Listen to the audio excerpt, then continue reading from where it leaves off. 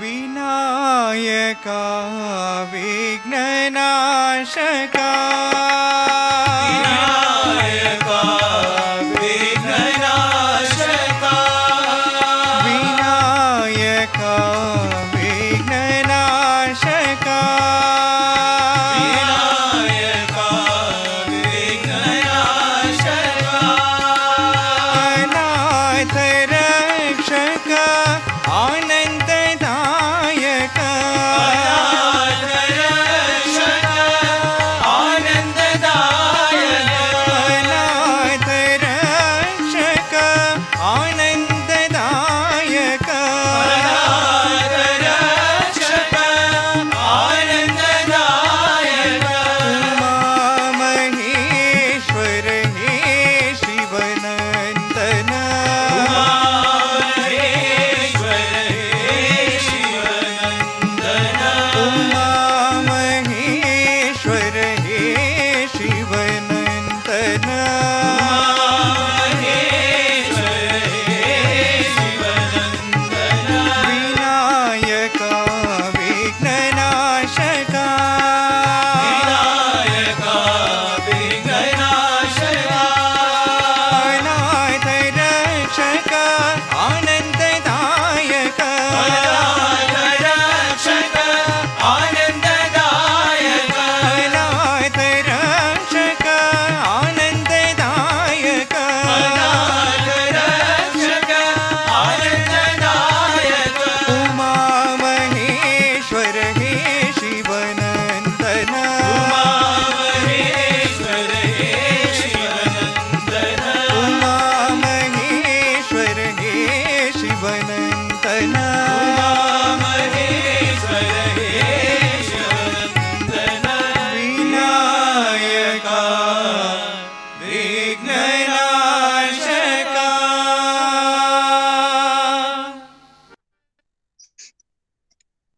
ओम साई राम।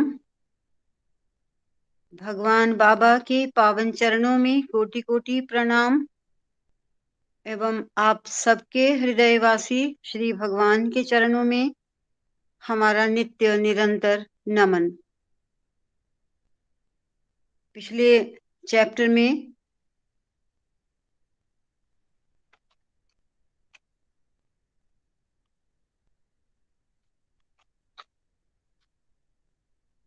माता प्रशांति निलयम, इस चैप्टर में माता ईश्वरम्मा के उस रूप के बारे में जाना जिसमें उनकी चेतना उन्नत हुई।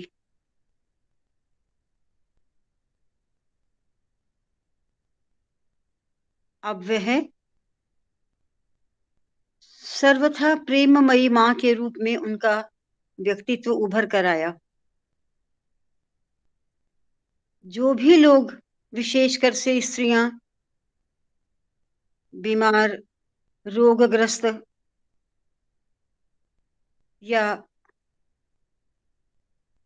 मानसिक रोगों से पीड़ित, जैसे भी स्त्रियां किसी भी वेश में उस समाज में जादू टोना भूत प्रेत का भी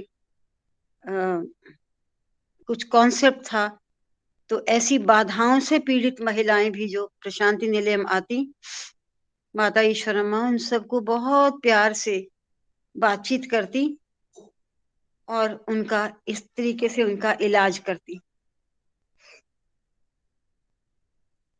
वो उनके प्यार से ही उनके प्रति आकर्षित हो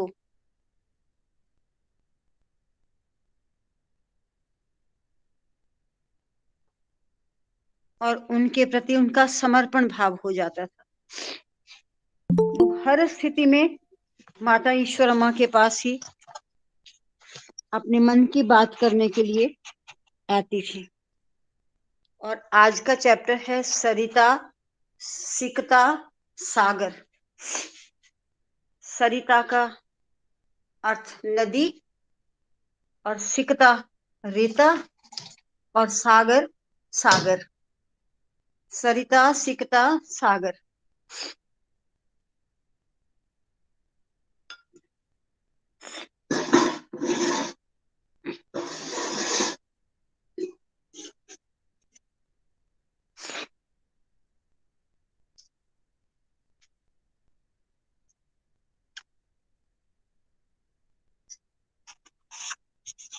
एक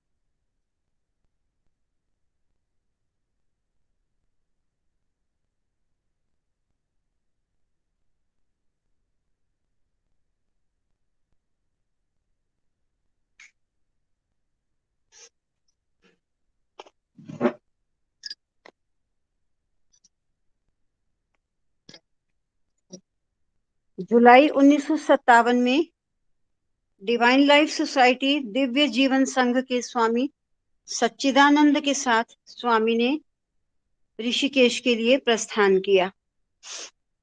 उसी वर्ष मार्च में सच्चिदानंद जी का साक्षात्कार स्वामी से वेंकटगिरी में हुआ था। तभी से वे स्वामी के साथ संबद्ध हो गए। डिवाइन लाइफ सोसाइटी के सभापति प्रख्यात स्वामी शिवानंद सरस्वती थे। वे ऋषिकेश में स्थापित शिवानंद विश्वविद्यालय के संस्थापक तथा कुलपति थे। ईश्वरमा को हम लोगों से स्वामी शिवानंद जी के विषय में उनकी विस्तृत तथा निरंतर बढ़ती हुई मठीय शिष्य परंपरा, मठों की, आश्रम और मठ भी होते हैं। मठों में प्राचीन परंपरा के अनुसार शिष्य भी रहते हैं जिनका शिक्षा दीक्षा वहां होती है। तो मठीय शिक्षा, शिष्य परंपरा, विद्वत्ता और आयुर्वेद में उनकी निपुणता के विषय में जानकारी प्राप्त हुई। उन्हें बताया गया कि शिवानंद जी का स्वास्थ्य दिन प्रतिदिन गिर रहा था, जो चिंता का विषय था। स्वामी सच्चिदानंद का स्वामी के पास आने का प्रमुख उद्देश्य स्वामी को अपने साथ ऋषिकेश ले जाना था, ताकि वे अपनी कृपा और आशीर्वाद से उनके वयोवृद्ध गुरु के कष्टों का निवारण कर सके। ईश्वरमा ने अनेक सन्यासियों और आनंदों, आनंद मीन्स जो जिसके लिए सच्चित आनंद शब्द का प्रयोग किया जाता है, के विषय में सुन रखा था। अपने सरल स्वभाव तथा अज्ञानता के कारण वे अब भी अपनी मां की भूमिका से अपने को अलग ना कर सकी थी। यद्यपि ये सब एक क्षेपक के ही समान था, अतः नाना प्रकार के काल्पनिक भय उन्हें सताया करते थे। जिन सन्यासियों ने संस्थाएं स्थापित की हैं और शिष्यों की परंपरा पाली है, उनके दृष्टिकोण अत्यंत संकीर्ण हो जाते हैं, ऐसा उन्होंने सुन रखा था। जो स्वामी शिष्यों से घिरे रहते हैं, वे स्वामी न रहकर आश्रितों में बदल जाते हैं। जगत तो एक ही है, पर उनमें से प्रत्येक अपने को उस जगत का एक छत्र गुरु कहता है। फलस्वरूप इस प्रकार के स्वामियों तथा गुरुओं में विवाद, संघर्ष, निंदा, आक्रमण, प्रत्याक्रमण, मंत्र तंत्र का प्रयोग, प्रतिशोध आदि अनेक भयंकर और अहितकर क्रियाओं की होड़ सी लग जाती है। ईश्वरमा को प्राचीन काल के विश्वामित्र और वशिष्ठ ऋषियों के बीच चलने वाली घोर प्रतिस्पर्धा का स्मरण हो आया। इसका वर्णन उन्होंने रामायण में भी पढ़ा था। इस पैराग्राफ में स्वामी शिवानंद ने ऋषिकेश दर्शन के लिए आमंत्रित किया है और अपने एक शिष्य परंपरा में सच्चिदानंद नाम के स्वामी को उन्होंने स्वामी की अगुवानी करने के लिए, उनको लिवाने के लिए साथ भेजा। और ईश्वरमा बहुत से भक्त थे स्वामी के साथ, माता ईश्वरम्मा भी उनके साथ थी। और उन्होंने फिर वही बात जो उनका माँ का, सांसारिक माँ का कि जो एक मोह जाग उठता था, वही हुआ। उन्होंने सन्यासियों के बारे में, आनंदों के बारे में, सच्चित आनंद स्वरूप जो अपने आप को कहते हैं, उनके बारे में सुन रखा था। और वो इनसिक्योर थी उनके बारे में सुनकर कि किस प्रकार के उनके आचरण हुआ करते हैं, और वो शिष्यों से घिरे रहते हैं और धीरे धीरे वो शिष्यों के अधीन ही हो जाते हैं। और माता ईश्वरमा का जो एक सांसारिक माँ के रूप में मोह जागृत हुआ, वो इसलिए बस वही पुत्र मोह कि कहीं कोई किसी प्रकार से कोई हानि ना पहुंचाए। तो इस प्रकार सभी कुछ, और आज भी क्या नहीं हो रहा, सब कुछ फलस्वरूप जो जहां स्वामी ने कहा इस प्रकार के स्वामियों तथा गुरुओं में विवाद, संघर्ष, निंदा, आक्रमण, प्रत्याक्रमण, मंत्र तंत्र का प्रयोग, प्रतिशोध आदि अनेक भयंकर और अहितकर क्रियाओं की होड़ सी लग जाती है। आज भी हम कितनी न्यूज आती हैं, जो बड़े बड़े मठाधीश होते हैं, कभी पता लगता है वो अपने कमरे में ही मरे हुए हैं, पता नहीं क्या हुआ, इत्यादि इत्यादि ऐसी प्रकार से खबरें आती है बहुत। तो उसके पीछे भी कोई ना कोई सांसारिक विवाद ही होते होंगे, क्योंकि इन मठाधीशों की बहुत संपत्तियां हैं। तो ईश्वरम्मा को प्राचीन काल के, और फिर उनको तो प्राचीन काल के विश्वामित्र और वशिष्ठ ऋषियों के बीच चलने वाली घोर प्रतिस्पर्धा का स्मरण हुआया। इसका वर्णन उन्होंने रामायण में पढ़ा था। तो अतः ईश्वरम्मा स्वामी की उत्तर भारत यात्रा का महत्व न समझ सकी। वे मेरे बड़ी परेशान, वो जाने से पहले वे मेरे पास आई और अन्य कई व्यक्तियों के पास भी गई कि हम लोग स्वामी को उनकी इस यात्रा से रोकें। जब हम लोगों ने इस सत्य का उद्घाटन कर उनके नेत्र खोले, इस स्वामी का संकल्प टल नहीं सकता और उसे कोई नाम में नहीं बदल सकता, तो उन्होंने हमसे प्रार्थना की कि हम लोग सुदूर उत्तर में निवास करने वाले आनंदों की गतिविधियों पर अपनी दृष्टि रखें। और मैंने उनसे कहा, अब मैं समझा कि स्वामी के द्वारा आपके संबंध में बताई हुई कहानी कैसे घटित हुई। तो पूछा कौन सी कहानी? तो उन्होंने पूछा कौन सी कहानी? वही जब आप कोता चेरदू के मंदिर में पर्व के अवसर पर होने वाले एक नाटक में रंगमंच पर दौड़कर चढ़ गई थी, और केवल इसलिए कि नाटक के नायक के रूप में स्वामी को निरपराध और निर्दोष होते हुए भी दंड मिलने वाला था। वो तो नाटक ही था। देखिए, माँ का पुत्र मोह, तो वो तो नाटक ही था कि जिसमें स्वामी नायक के रूप में, नाटक के नायक के रूप में स्वामी को निरपराध और निर्दोष होते हुए भी दंड मिलने वाला था। और आपका प्रेम उसे सच मान बैठा और आप नाटक के बीच में ही आपत्ति करने लगी। आप ये भूल गई कि वह तो केवल नाटक मात्र था और सैकड़ों लोग उसे देख रहे थे। हाँ, वो नाटक था, ठीक है, उन्होंने तर्क किया, पर अब तो वास्तविक खतरा है ना कि कोई उन्हें अपंग बना दे। अथवा मैं ताली बजाते हुए हंसा ताकि उनके घबराहट और उनकी शंका के बादल छंट जाएं, और उन्हें आश्वस्त करते हुए बोला, हम पवित्र गंगा जी जा रहे हैं और एक अत्यंत सम्मानित गुरु ने स्वामी को आमंत्रित किया है। हजारों उच्च पदाधिकारी, जज और न्यायाधीश उनसे निर्देश लेते हैं।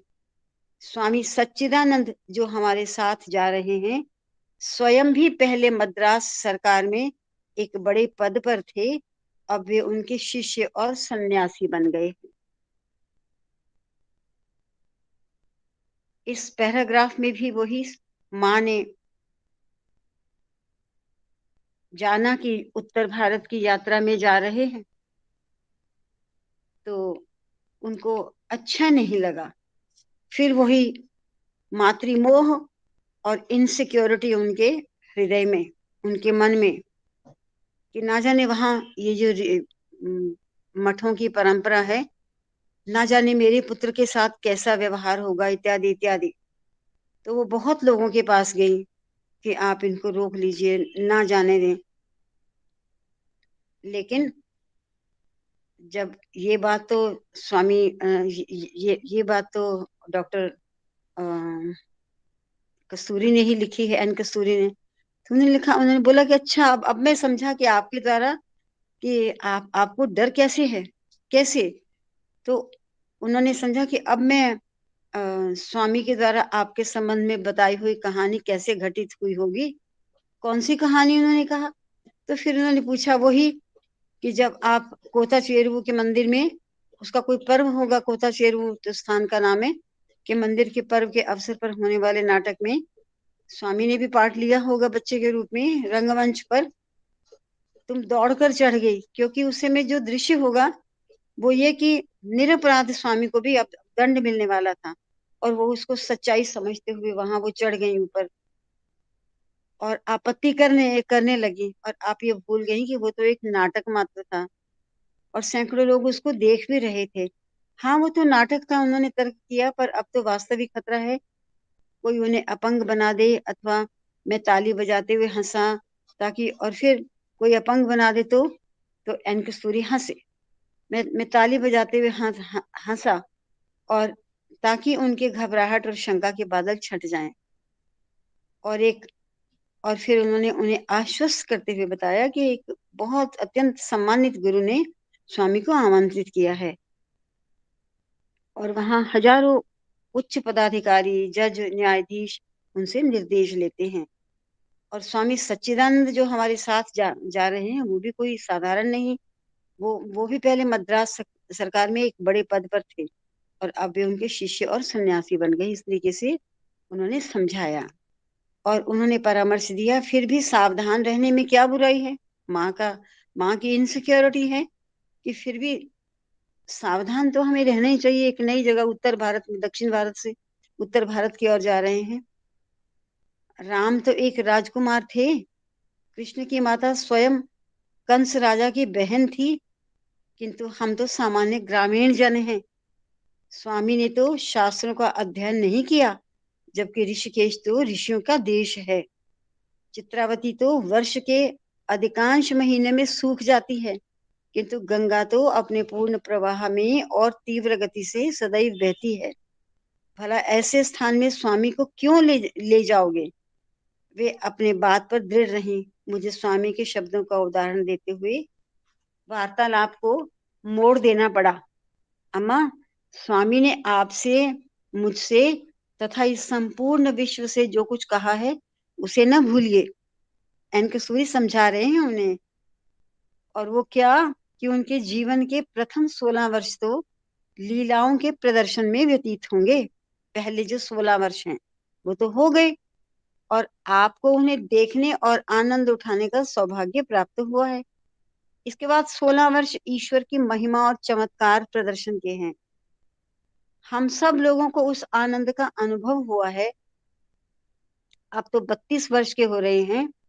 उनके कार्यों का ये तृतीय चरण है। उन्होंने आने वाले 16 वर्षों के लिए क्या कहा। ये समय धर्मोपदेश और उनके द्वारा संसार को परिवर्तित करने का है। अतः वे हिमालय के वनों में निवास करने वाले ऋषियों को उपदेश देने जा रहे हैं। अतः वे हिमालय के वनों में निवास करने वाले ऋषियों को उपदेश देने जा रहे हैं। हमें हृदय से ये सब देखना चाहिए, विस्मय करना चाहिए, श्रद्धा और पूजा करनी चाहिए। डॉक्टर एन कस्तूरी ने कितने प्यार से उनको समझाया कि अम्मा, कि स्वामी ने आपसे, मुझसे और इस संपूर्ण विश्व से क्या कहा है। हमें उसको भूलना नहीं चाहिए कि उनके जीवन के जो पहले 16 साल हैं वो तो लीलाओं के प्रदर्शन में बीतेंगे, और आपको उन्हें देखने और आनंद उठाने का सौभाग्य प्राप्त हुआ है। आप तो माँ होकर उनके बहुत नजदीक रही हैं। और उसके बाद जो 16 वर्ष है वो 16 वर्ष ईश्वर की महिमा और चमत्कार प्रदर्शन के हैं। तो हम सब लोगों को उस आनंद का अनुभव हुआ है। कितना ही आनंद, कितने ही ऐसे इंसिडेंट्स हुए जिनमें हमने उनकी दिव्यता को पहचाना। और अब वे 32 के हो रहे हैं। उनके कार्यों का ये तृतीय चरण है। उन्होंने आने वाले 16 वर्षों के लिए क्या कहा। ये सभी धर्मोपदेश और उनके द्वारा संसार को परिवर्तित करने का है, धर्म का उपदेश देने का और इस संसार को परिवर्तित करने का ये समय है, इत्यादि इत्यादि। तो स्वाभाविक था कि स्वामी की 3 सप्ताह की अनुपस्थिति में अत्यंत तनावपूर्ण स्थिति में रही, और जब स्वामी अपनी यात्रा से वापस आए तो जिस एक व्यक्ति को सबसे अधिक निश्चिंतता और प्रसन्नता हुई वह ईश्वर अम्मा थी। मैंने तो ऐसे चित्र देखे हैं कि ईश्वर अम्मा साथ गई, लेकिन इसमें तो यह है कि वो नहीं गई। तो स्वाभाविक था कि स्वामी की 3 सप्ताह की अनुपस्थिति में अत्यंत तनावपूर्ण स्थिति में रही, और जब स्वामी अपनी यात्रा से वापस आए तो जिस एक व्यक्ति को सबसे अधिक निश्चिंतता और प्रसन्नता हुई वो माता ईश्वर अम्मा।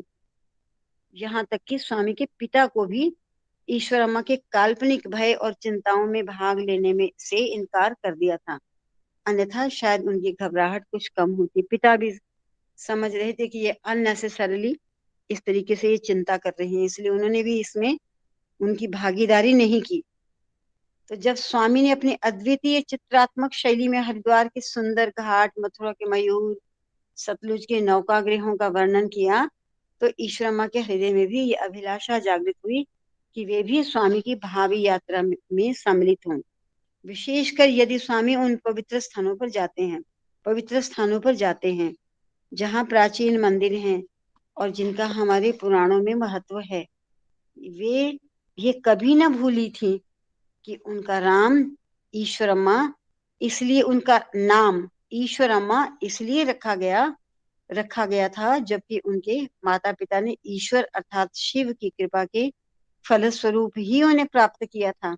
अतः उन्होंने ये निश्चय किया कि भविष्य में यदि उन्हें कोई अवसर उन स्थलों पर जाने का मिलेगा तो जहाँ भगवान शंकर का मंदिरों में निवास है, जहाँ युगों से भक्तगण जाते और अपनी श्रद्धा अर्पित करते हैं, तो उसे उन्हें खोना नहीं चाहेगी। इस बार तो हो गया, और लेकिन जब उन्होंने सारा वर्णन सुना इत्यादि, जब स्वामी आए तो उन्होंने अद्वितीय चित्रात्मक शैली में हरिद्वार के सुंदर घाट, मथुरा के मंदिर इत्यादि सब कुछ उनको और सतलुज के नौकागृहों का वर्णन जो सब कुछ बताया, तो फिर उनके मन में भी आया कि अब जब कभी मौका आता है तो मुझे खोना नहीं चाहिए।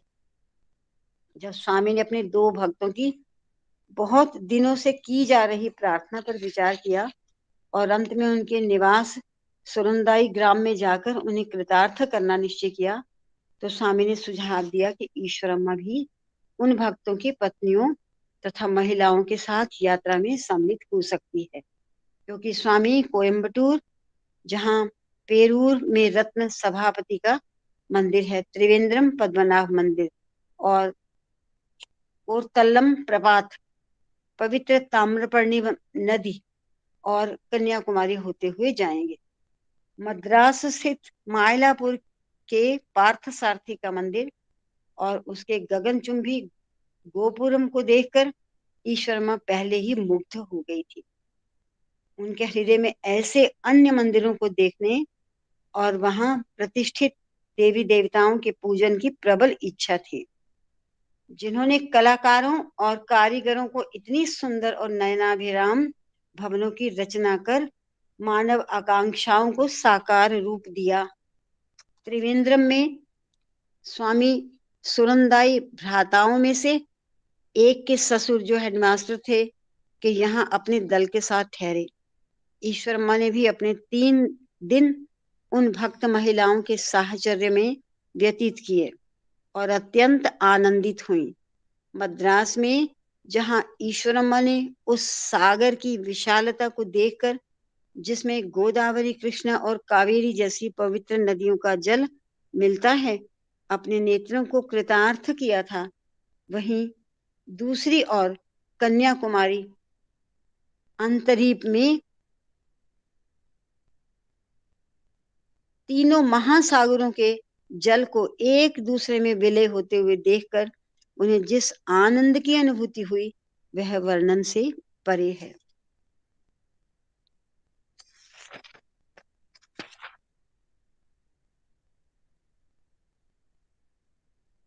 और इसके बाद जब स्वामी ने, कोई होंगे उनके बड़े भाग्यशाली 2 भक्त दो भक्तों की बहुत दिनों से की जा रही प्रार्थना पर विचार किया तो अंत में उनके निवास स्थान सुरंदाई ग्राम में जाकर उन्हें कृतार्थ करना निश्चय किया। तो स्वामी ने सुझाव दिया कि ईश्वर अम्मा भी उन भक्तों की पत्नियों और महिलाओं के साथ यात्रा में अब सम्मिलित हो सकती है, क्योंकि स्वामी कोयम्बटूर और त्रिवेंद्रम जहाँ पद्मनाभ मंदिर है और की कोरतल्लम प्रपात, पवित्र ताम्रपर्णी नदी और कन्याकुमारी होते हुए मद्रास स्थित मायलापुर के पार्थसारथी का मंदिर और उनके गगनचुंबी गोपुरों को देखकर ईश्वरमा पहले ही मुग्ध हो गई थी और उनके हृदय में ऐसे अन्य मंदिरों को देखने और वहां प्रतिष्ठित देवी देवताओं के पूजन की प्रबल इच्छा थी, जिन्होंने कलाकारों और कारीगरों को इतनी सुंदर और नयनाभिराम बहुत जो आंखों को बहुत सुख देने वाली भवनों की रचना करके मानव आकांक्षाओं को साकार रूप दिया था। त्रिवेंद्रम में स्वामी सुरंदाई भ्राताओं में से एक के ससुर जो हेडमास्टर थे कि यहाँ अपने दल के साथ ठहरे। ईश्वरम्मा ने भी अपने 3 दिन उन भक्त महिलाओं के साहचर्य में व्यतीत किए और बहुत खुश हुई उनके साथ। और मद्रास में जहाँ ईश्वरम्मा ने उस सागर की विशालता को देखकर, जिसमें गोदावरी कृष्णा कावेरी जैसे पवित्र नदियों का जल मिलता है, अपने नेत्रों को कृतार्थ किया। वहीं दूसरी ओर कन्याकुमारी में 3 महासागरों के जल को एक दूसरे से विलय होते हुए देखकर उन्हें जिस आनंद की अनुभूति हुई वह वर्णन से परे है। स्वामी दोबारा फिर पश्चिमी तट गए। केरल के राज्यपाल डॉक्टर बी रामकृष्ण राव को, जो स्वामी के वर्षों से भक्त थे, ये पता चला कि स्वामी केरल राज्य में गए थे, तो वह उस नगर में जहां वे स्वयं थे 3 दिन तक ठहरे थे। यद्यपि उन्हें इसकी कानों कान भनक तक न पड़ी, गवर्नर ने अपने गुरु और ईश्वर की उपस्थिति की अनभिज्ञता के लिए अपने को ही दोषी ठहराया और स्वामी से जाकर प्रार्थना की कि उनसे जो भूल हुई है उसके प्रायश्चित के फलस्वरूप वे उनकी प्रार्थना स्वीकार करें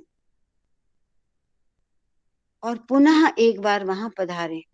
इस बार स्वामी के साथ ईश्वरम्मा को मिलाकर भक्तों की संख्या इतनी थी कि 6 मोटर कारें खचाखच भरी हुई थी। स्वामी इस बात के लिए सहमत ना थे कि राजभवन को जाकर एक भीड़ से भर दिया जाए, अतः उनके साथ केवल राजा रेड्डी और मैं था।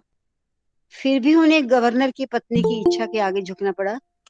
वे चाहती थी कि ईश्वरम्मा उनके साथ ठहरे ताकि उन्हें ईश्वरम्मा की सेवा का अवसर प्राप्त हो, किंतु ईश्वरम्मा किसी प्रकार का विशेष ध्यान उनके प्रति दिया जाए इसके लिए सहमत ना थी। वे अत्यंत संकोच में थी और इस प्रस्ताव से कतरा रही थी। वे सदैव ऐसी भक्त महिलाओं के समूह में घुल मिलकर रहना चाहती थी जो उनकी प्रचार तथा आकर्षण से बचने की भावना का आदर करती थी। वो कभी भी ऐसे आगे होकर प्रचार प्रसार में आगे नहीं होना चाहती थी, और जो उनके प्रति इस कारण कि वे भगवान की माँ है किसी बाहरी दिखावे से तटस्थ रहती थी। वो इसलिए इस उत्सव की भीड़ भाड़ से अपने को चुपचाप निकाल लाई और उतने समय हेडमास्टर के घर में ठहरी रहीं, जिनका घर पद्मनाभ मंदिर के बगल से जाने वाली गली में था। और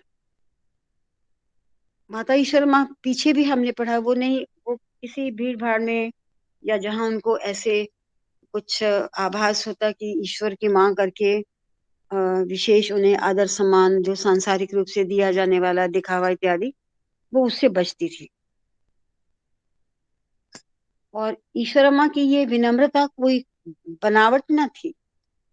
वे कैमरे के सामने आने से बड़ा संकोच करती थी। बस उनका स्वभाव ही था, संकोची स्वभाव था। वो उनको आना अच्छा नहीं लगता था, कैमरे से भी बचती थी और इस बात का निरंतर विरोध करती थी कि कोई उनका फोटोग्राफ कि कोई उनका फोटोग्राफ ले। विरोध करती थी वो। और ये कोई इस प्रकार की विनम्रता ना थी जिनका लोग हर समय केवल इसलिए प्रदर्शन करते हैं कि लोगों का ध्यान ऐसे व्यक्ति के प्रति जाए। अनेक व्यक्ति ऐसे भी होते हैं जिन्हें केवल इस बात का अभिमान होता है कि उन्हें किसी प्रकार का अभिमान नहीं है, और कहीं कोई ऐसा अहम का भाव भी उनमें नहीं था। बस उनका स्वभाव ही था, सरल स्वभाव। वे प्रशंसा का विरोध तो करते हैं, किंतु उनकी प्रशंसा ना की जाए तो अत्यंत दुखी होते हैं। ऐसे भी लोग हैं। किंतु ईश्वरमा स्वभावतः अत्यंत संकोची प्रवृत्ति की थी और लोक प्रसिद्धि में आने से घबराती थी। वे एक रूढ़िवादी परिवार में जन्मी थी और अपने को उन्हीं सीमाओं के अंदर रखना उन्हें प्रिय था जो उनके पूर्वजों ने नारी मात्र के लिए निर्धारित कर रखी थी। बहुत लाइट में वो आना नहीं चाहती थी। ये उनका भाग्य था कि उनके द्वार पर संसार के कोने कोने से अलग अलग धर्म, भाषा, जाति और वर्ण से संबंधित स्त्रियां आती थी। वे उन्हें आने देती थी और वे जो कुछ भी कहना चाहती थी कहने देती थी। उन्होंने कभी ये जानने की चेष्टा नहीं की कि वे क्या कहती हैं। एक समय उन्होंने स्वयं ये स्वीकार किया कि भाई, जिन इच्छाओं को हम पूरा नहीं कर सकते और जिन समस्याओं का हमारे पास समाधान नहीं है, उनके विषय में सिर मारने से क्या लाभ। वे कभी भी अपने पास आने वाले भक्त यात्रियों को ऐसा प्रदर्शित करके कि स्वामी के पास तक उनकी सहज पहुंच है, भ्रम में डालना नहीं चाहती थी। उनको तो अंदर से मालूम था कि स्वामी तो सबके हैं। वे ये धारणा भी उत्पन्न करना नहीं चाहती थी कि जो उनके कृपा पात्र भक्त हैं, उनके लिए वे स्वामी से विशेष कृपा अथवा आशीर्वाद के लिए कह सकती हैं। वास्तविक स्थिति ऐसी ही थी। वे ये भली भांति जानती थी कि स्वामी के करोड़ों ऐसे भक्त थे जो उनकी कृपा के पात्र थे और उसी लंबी पंक्ति में लगने के लिए वे स्वयं अपने को तैयार कर रहे थे। जैसे आम लोग स्वामी के दर्शन करते हैं, स्वामी के पास जाने के लिए लालायित रहते हैं, बस उसी भाव से ही माता ईश्वरमा व्यवहार करती थी। अपने पति के प्रति उनके मन में परंपरा से चला आने वाला एक श्रद्धा का भाव था, जिसके अनुसार उन्हें पारस्परिक दूरी रखनी चाहिए तथा अधिक बात भी नहीं करनी चाहिए, जो समाज की मर्यादाएं आज होने को तो आज भी ग्रामीण परिवेश में ऐसे ही है, लेकिन माता ईश्वरम्मा के समय की बात है तो वो बहुत बात नहीं करती थी और साथ ही प्रचलित कुल और समाज मर्यादा के अनुसार उन्हें एक कमरे में अथवा एक ही आसन से जनता के समक्ष उपस्थित न होना चाहिए। जब भी पेड्डा वेंकप्पा राजू आसपास होते तो वे घर के अंदर चली जाती थी। जैसी परंपराएं थी और पारस्परिक वार्तालाप की हर संभावना से बचती थी कि सबके सामने परिवार के और भी सदस्य होते तो अपने पति से बातचीत करने में भी बचती थी। किंतु अपना अनिवार्य कर्तव्य समझकर स्वामी के जन्म दिवस पर उन्हें भक्तों की मांग और इच्छा के सामने झुकना पड़ता था, तब वो सबके सामने जाती थी वो। और स्वामी के जनक जननी के रूप में लोग जो उनकी पूजा करते और उन्हें जुलूस में प्रशांति निलय मंदिर ले जाते, उसे स्वीकार करना पड़ता था कि भगवान के माता पिता हैं। बड़ी आदर भाव के साथ बहुत ग्रुप में बैंड इत्यादि बजाते हुए म्यूजिक के साथ उनको ले जाते थे। उसको वो स्वीकार कर लेती थी और उसे स्वीकार करना पड़ता। प्राचीन धर्म शास्त्रियों के अनुसार बद्रीनाथ और बनारस में भगवान की पवित्र मूर्तियों का स्नान और पूजन पति पत्नी को मिलकर करना पड़ता था। लिखा तो यहाँ तक है कि यदि इस सम्मिलित पूजन में पत्नी उपस्थित ना हो तो पूजन का फल ही नष्ट हो जाता है। पुरुष जो भी वस्तु समर्पित करता है उसकी पुष्टि नारी के द्वारा होनी चाहिए। दक्षिणा अथवा पूजन के समय पति अपने हाथ से रुपया पैसा जो भी देना हो ग्रहण करता है और पत्नी उस पर जल डालती है और इसके पश्चात वह भगवत अर्पण किया जाता है। राम ने सीता को वनवास दे दिया, इसके पश्चात वे उन्हें पुनः वापस न बुला सके।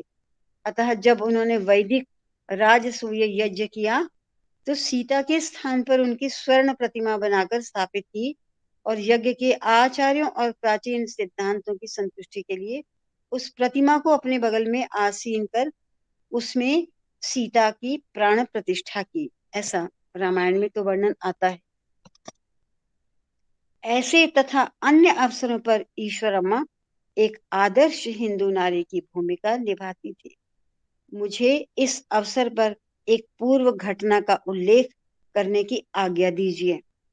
जिस दिन स्वामी और उनके भक्त लखनऊ से बनारस की ओर चले तो उत्तर प्रदेश के गवर्नर के सचिव के साथ में जाने वाली मोटर कारों की प्राथमिकता के अनुसार एक सूची बनाई गई।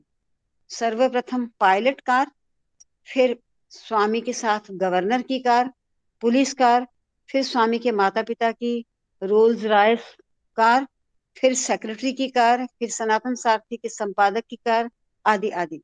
किंतु ईश्वरम्मा ने इस भेदभाव को अस्वीकार कर दिया और उन्होंने रोल्स रॉयस में जाने की अपेक्षा अन्य भक्त महिलाओं के साथ में जाना पसंद किया, जिन्हें वे स्वामी के जीवन की रोचक घटनाओं तथा अपनी विनोद प्रियता से हंसाती रहती। नहीं बैठी वो उसमें जिसमें उनको विशेष स्वामी के माता पिता होने के नाते बिठाया जा रहा था, वो सभी आम भक्तों के बीच में बैठी। और अन्य भक्तों के साथ उन्होंने भी स्वामी के चमत्कार देखे, पर उन्हें देखकर विस्मय की अपेक्षा वे चिंता से अधिक ग्रस्त हो गए। फिर वही उनका माँ का प्रेम उमड़ आता। तो उन्होंने अनुमान लगाया कि एक चमत्कार के बाद स्वामी दूसरा चमत्कार दिखाएंगे, क्योंकि जो उनसे आकर्षित होंगे उनकी अधिकाधिक मांग करेंगे, ऐसा फिर से दिखाओ। लेकिन ईश्वरम्मा को यह भय था कि प्रत्येक चमत्कार के बाद स्वामी की दैवी शक्ति क्षीण होती चली जाएगी। पुट्टपर्ती के कुछ लोगों ने उनके कानों में ये बात डाल दी थी कि स्वामी जिस तेजी के साथ ये चमत्कार तथा लीलाएं दिखाते हैं, उसके कारण ये सिद्धि उनके पास अधिक दिनों तक रहने वाली नहीं है। एक दो बार उन्होंने स्वामी को इस संभावना के प्रति सावधान भी किया, पर प्रत्येक बार जब उन्होंने ये प्रयत्न किया कि स्वामी ने जोर से हंसकर कहा, वाह, मैं हर एक को प्रसन्न करूंगा, मैं तो आया ही इसलिए हूं कि दीन दुखियों को आनंद प्रदान करूं, और उनका आनंद ही तो वह भोजन है जो मुझे शक्ति देता है। और स्वामी ने माता ईश्वरम्मा के भ्रम को भी कोई स्थान तो देना ही था।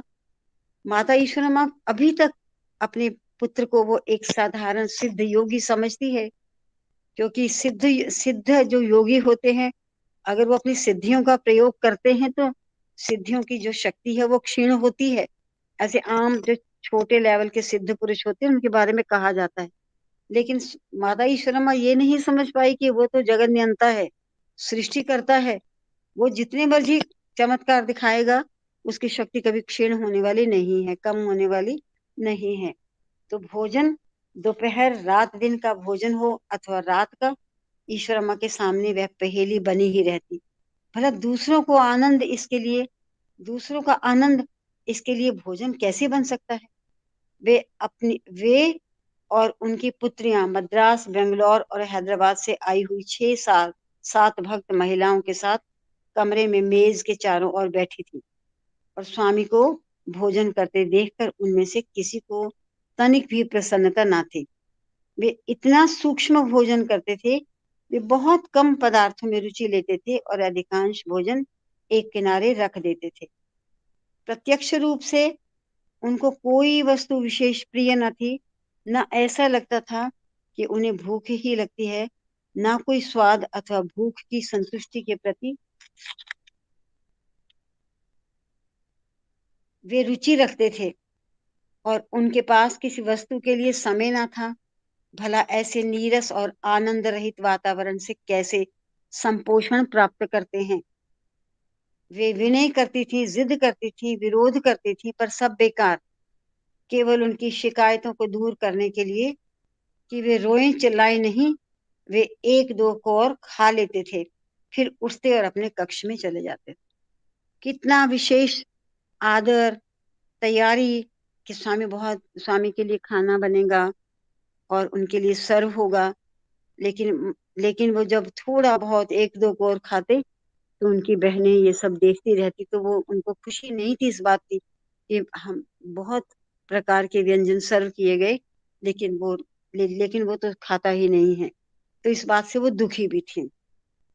स्वामी के इस अवतारी लक्षण को पूर्णतः स्वीकार करने में ईश्वरामा को अनेक वर्ष लग गए। वे जब भी मंदिर में होती स्वयं जाकर देखती थी कि जिन गृहस्थ भक्तों के यहाँ स्वामी के लिए रसोई तैयार की जाती है वहां क्या क्या पदार्थ बन रहे हैं और किस ढंग से बन रहे हैं। उन्हें ऐसा विश्वास था कि यदि भोजन तेलुगु प्रदेश का सा होगा, विशेषकर असली रायलसीमा क्षेत्र का जिसमें पुट्टपर्ती स्थित है, तो निश्चय ही स्वामी दो चार कौर अधिक खाएंगे।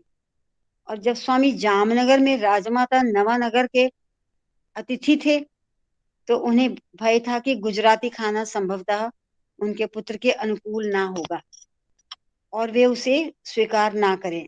अतः वे राजमहल के रसोई कक्ष में किसी प्रकार घुस गईं और ये आज्ञा मांगी कि वे उबली हुई दालों से बनाया हुआ एक रसमय पदार्थ चार बना दें।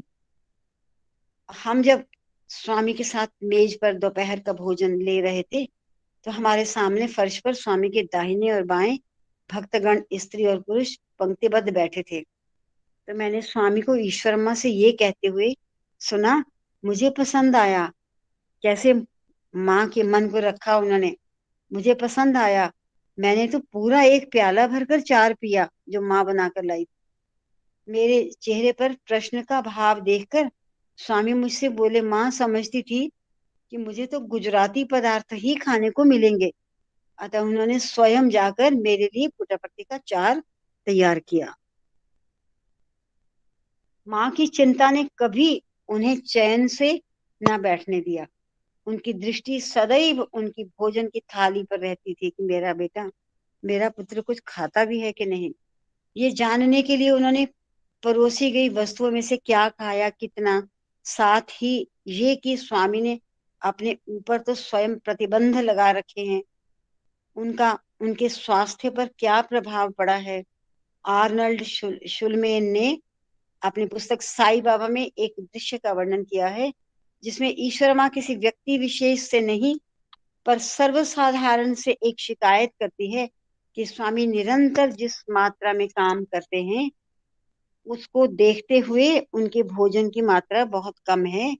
तो डॉक्टर जयलक्ष्मी ने लेखक के लिए ईश्वर माँ के शब्दों का अनुवाद इस रूप में किया, उसे उन लोगों की रसोई बिल्कुल पसंद नहीं जब वह लड़का था और मैं उसका खाना बनाती थी तो वह भर पेट भोजन करता था, पर अब तो वह मेरी रसोई की ओर ध्यान नहीं देता।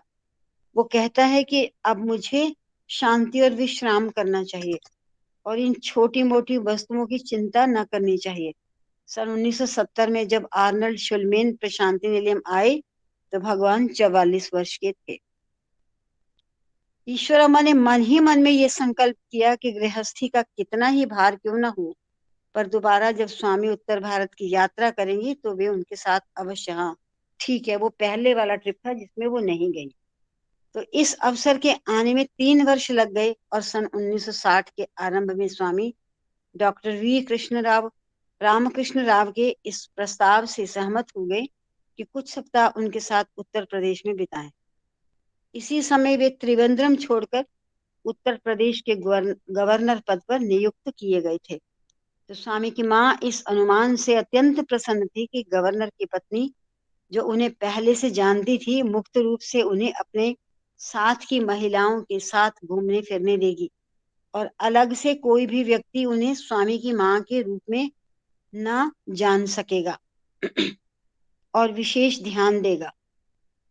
इस कार्यक्रम में अयोध्या, काशी और प्रयाग का तीर्थ सम्मिलित प्रयाग की तीर्थ यात्रा सम्मिलित थी। अतः उन 20 यात्रियों में जो स्वामी के साथ चल रहे थे उनके पिता भी सम्मिलित हो गए। सरयू, गंगा तथा यमुना जैसी पवित्र नदियों में स्नान करने का जो अवसर ईश्वरमा को मिला, इसके लिए वे कृतज्ञता से अभिभूत थे, क्योंकि ऐसा हमारे समाज में ये इस अवसर को बहुत पुण्य ही माना जाएगा कि जिसमें इन पवित्र नदियों में स्नान करने का सुअवसर मिला और माता ईश्वरमा धन्य थी।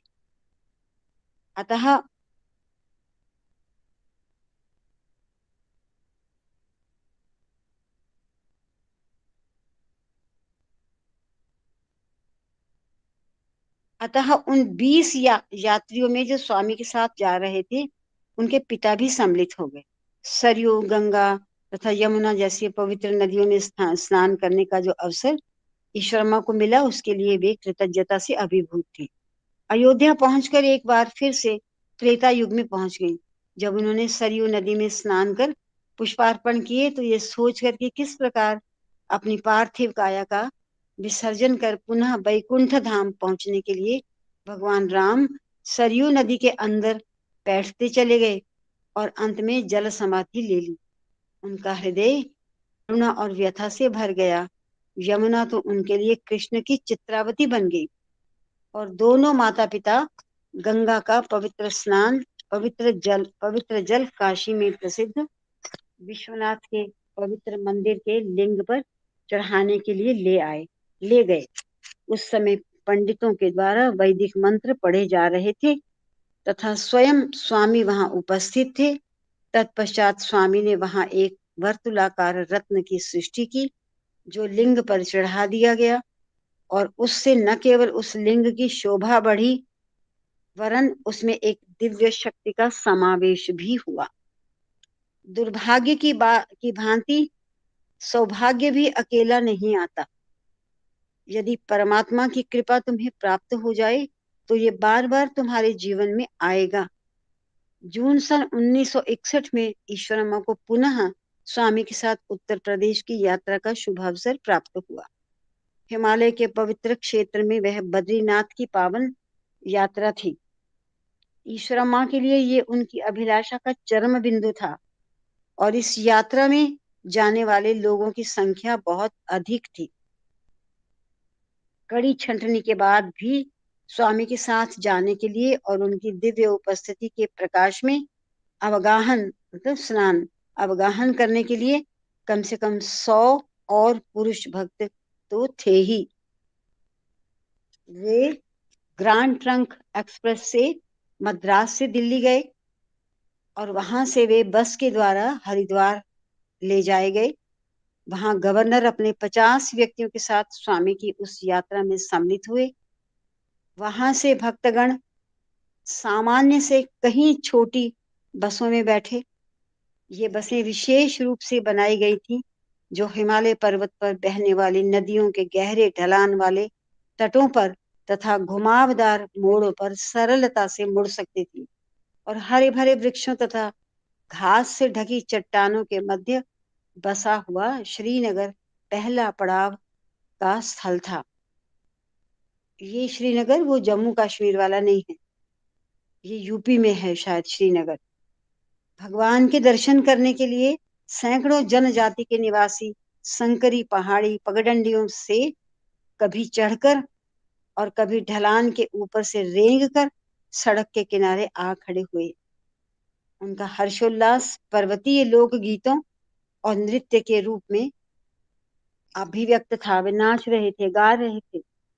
वे तब तक नृत्य करते रहे जब तक कि उनके पैरों ने उनका साथ दिया और नृत्य की समाप्ति पर ईश्वरम्मा ने मुझसे कहा, ये तो पुटापट्टी में होने वाले लंबरी नृत्य गान के ही समान है। यहाँ का लोक नृत्य होगा लंबरी। तो केवल अंतर इतना ही है कि ये लोग युवकों की भांति उछलते कूदते हैं और एक दूसरे की हंसी उड़ाते हैं। प्रातःकालीन कलेवा करने के बाद, नाश्ता करने के बाद हम लोग बसों में फिर से बैठे। ऋषिकेश से उत्तर की ओर जाने वाली सड़क कभी दाहिनी ओर तो कभी बाईं ओर मुड़ती हुई सर्पाकार ढंग से ऊपर जाती थी और हमारी बस भी उस पर हिचकोले खाती और इधर उधर बल खाती हुई जाती थी, जिससे कभी तो हमें एक अजीब गुस्सा सा आ जाता और कभी मिचली लगती। यात्रा की इस पहली मंजिल में हम में से कई लोगों का उत्साह धीमा पड़ गया। स्वामी के पिता तो थोड़ी थोड़ी देर में जैसे ही बस तेज घुमावदार मोड़ों पर मुड़ती तो उल्टी करते रहे और श्रीनगर में तेज बुखार में पड़े रहे। दूसरे दिन प्रातः काल जब हम सैकड़ों लोग फिर से बसों में बैठकर आगे की यात्रा पर चलने वाले थे तो हमें पता चला कि वे गंभीर रूप से बीमार हैं और डॉक्टरों का तो यहाँ तक कहना था कि संभवतः उनका अंतिम समय आ पहुंचा है। किंतु ईश्वरम्मा में असाधारण साहस था। वे बोली, क्या स्वामी ने हरिद्वार में स्वयं ही ये नहीं कहा था कि वे स्वयं नारायण के साथ नारायण की प्रतिमा के दर्शन करने जा रहे हैं? तो जैसे ही आएंगे वेंका महाराजू तुरंत जग जाएंगे और स्वस्थ होकर चलने लगेंगे। स्वामी के पास जब ये सूचना पहुंची तो वे स्नान कर रहे थे। वे आराम से और निश्चिंतता पूर्वक मंथर गति से आए, धीमी गति से आए और वे रोगी के पास बैठ गए। उनकी नाड़ी पर अपनी अंगुलियां रखी और बोले, वे बिल्कुल ठीक हैं, तुम लोग बेकार ही डर गए।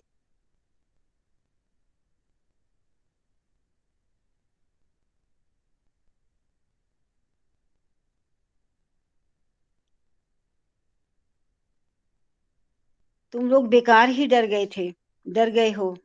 जाओ अपनी अपनी बसों में बैठो। हम लोगों ने उनकी आज्ञा मानी और स्वामी के पिता पहले की ही तरह मेरी दाहिनी ओर की सीट पर बैठे। पूरी यात्रा उन्होंने इसी प्रकार की। जब स्वामी ने हाथ हिलाकर आशीर्वाद दिया, बसें चल दी और स्वामी के नारायण स्वरूप में ईश्वरम्मा की जो आस्था थी, स्वामी ने उसकी रक्षा की अपने दिव्य दर्शनों से। जैसे ही उनके पिता बीमार थे तो किस तरह से वो पूर्ण स्वस्थ होकर पुनः उस यात्रा का आनंद लेते हुए आगे बढ़े। ओम साई राम।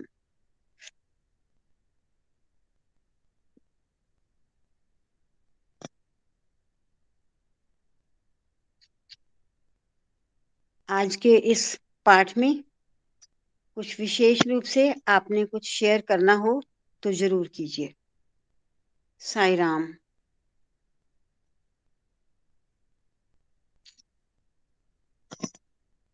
बस माता ईश्वरम्मा की जो, मैं तो इतना ही कहूंगी, हर समय माता ईश्वरम्मा की चेतना बढ़ रही है, उनका विकास हो रहा है, लेकिन फिर वो कहीं वापस लौट आती है और वही जो उनकी सांसारिक माँ की सीमा है वो सामने आ जाती हैं और अपने पुत्र मोह में बंध जाती हैं और चिंता भी करती हैं। हर एक परिस्थिति में उन्हें अपने पुत्र की चिंता भी होती है, लेकिन फिर वो धीरे धीरे परिस्थितियों को जैसे ही समझ जाती हैं तो नॉर्मल होने लगती है। बस मैं तो इतना ही समझी हूँ। बहुत सुंदर। स्वामी के साथ साथ हम लोगों ने भी बद्रीनाथ इत्यादि की यात्रा हम भी कर रहे हैं और इससे आगे का पाठ फिर हम अगले हफ्ते में पढ़ेंगे। ओम साई राम। सब मिलकर शांति पाठ करते हैं।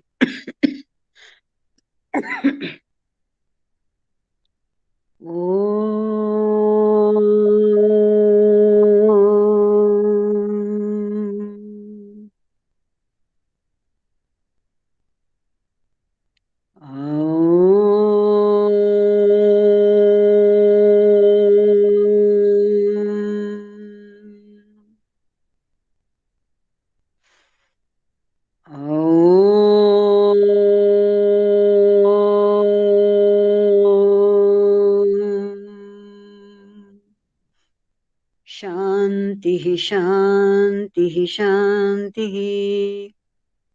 समस्त लोकाः सुखिनो भवन्तु। समस्त लोकाः सुखिनो भवन्तु। समस्त लोकाः सुखिनो भवन्तु। ओम शांति शांति शांति। जय बोलो भगवान श्री सत्य साई बाबा जी की जय।